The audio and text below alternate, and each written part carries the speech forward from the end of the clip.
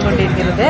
காலையிலே பார்த்தீங்கன்னா நான் தர்மபுரியில் வேட்பாளராக போட்டியிருந்தேன். நான் அதனால அங்கே நான் நிறைய வாக்குச்சாவடிகள் பூத்துக்கு போயிட்டு வந்தேன் வேட்பாளர் என்ற முறையில்.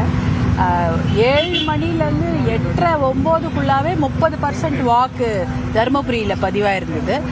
நிறைய கான்ஸ்டியூன்சியில் 40% மத்தியானம் ஒரு 12க்கெல்லாமே 40-50% பதிவாயிட்டு இருக்கு.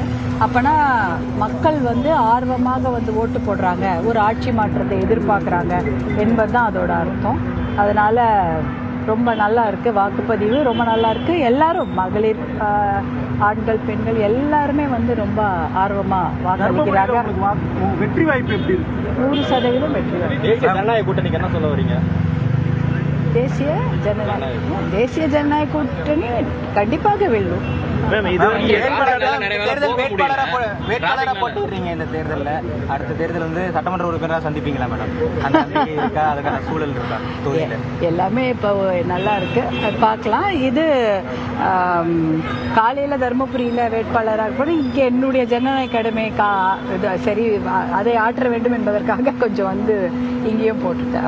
சென்னையில் டிராபிக் அதிகமா இருக்கனால போக முடியல, சொந்த ஊருக்கு போக முடியல, நிறைய பேர் அங்கே ஸ்டக் ஆகி நிற்கிறாங்க. எப்படி பாக்குறீங்க? இன்னும் ஒரு 3 மணி இல்லை, நமக்கு அது எதிர்பார்க்கக்கூடியது தான். நிறைய பேர் இப்போ நாங்கள் தர்மபுரியோ அந்த ஏரியாலெல்லாம் நிறைய பேர் என்னன்னா பெங்களூர்லேயே இருக்கிறாங்க. பெங்களூர், கிருஷ்ணகிரி, திருப்பூர்லலாம் ஒர்க் பண்ணுறோம். அவங்கெல்லாம் நேற்றேவே நிறைய பேர் வந்துட்டாங்க.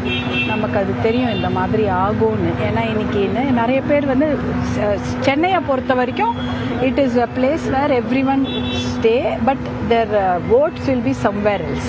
So they'll have to travel. So அதை நம்ம யூஸ்வலி பிளான் பண்ணி நிறைய பேர் போயிட்டாங்க. மேபி பேர்